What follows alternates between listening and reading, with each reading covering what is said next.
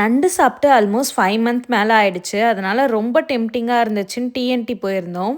வீக்கெண்டில் போனால் பெருசாக எதுவுமே இருக்காது. வீக் டேயில் போகும்போது எல்லாமே ஃப்ரெஷ்ஷாக சூப்பராக இருந்துச்சு. அதில் லைவ் கிராப் 2 தூக்கிட்டு வந்தோம். ஆஃபீஸில் இருந்துச்சுன்னா அவங்க க்ளீன் பண்ணி தரமாட்டாங்க. நம்ம தான் எடுத்துகிட்டு போய் க்ளீன் பண்ணுற மாதிரி இருக்கும். நார்மல் டைமில் அவங்களே கட் பண்ணி க்ளீன் பண்ணி கொடுத்துருவாங்க.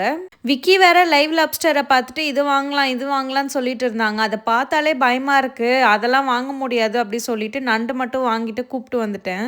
டிஎன்டி போனால் மட்டும் ஒரு மினி சந்திரமுகியாக மாறிடுவாங்க. லைவ் லாப்ஸ்டரு நண்டு கூட போய் விளையாடுறது, அங்கே ஒரு பிளாக் கலரில் சிக்கன் இருக்கும் அது வாங்கலாமான்னு கேட்குறது.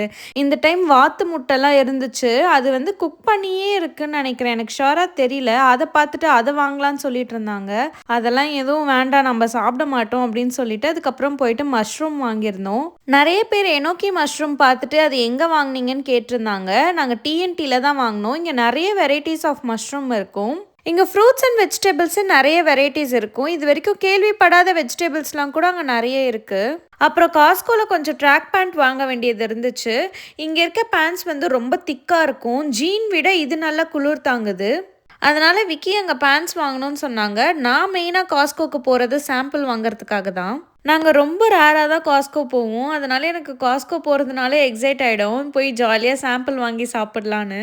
இப்படி தான் எங்களோட ஈவினிங் பிஸியாக ஃபன்னாக போச்சு. உங்களுக்கு என்னோடய வீடியோஸ் பிடிச்சிருந்ததுன்னா லைக் பண்ணுங்கள், என்னோடய சேனலை சப்ஸ்கிரைப் பண்ணிக்கோங்க. See you all in another video. Bye.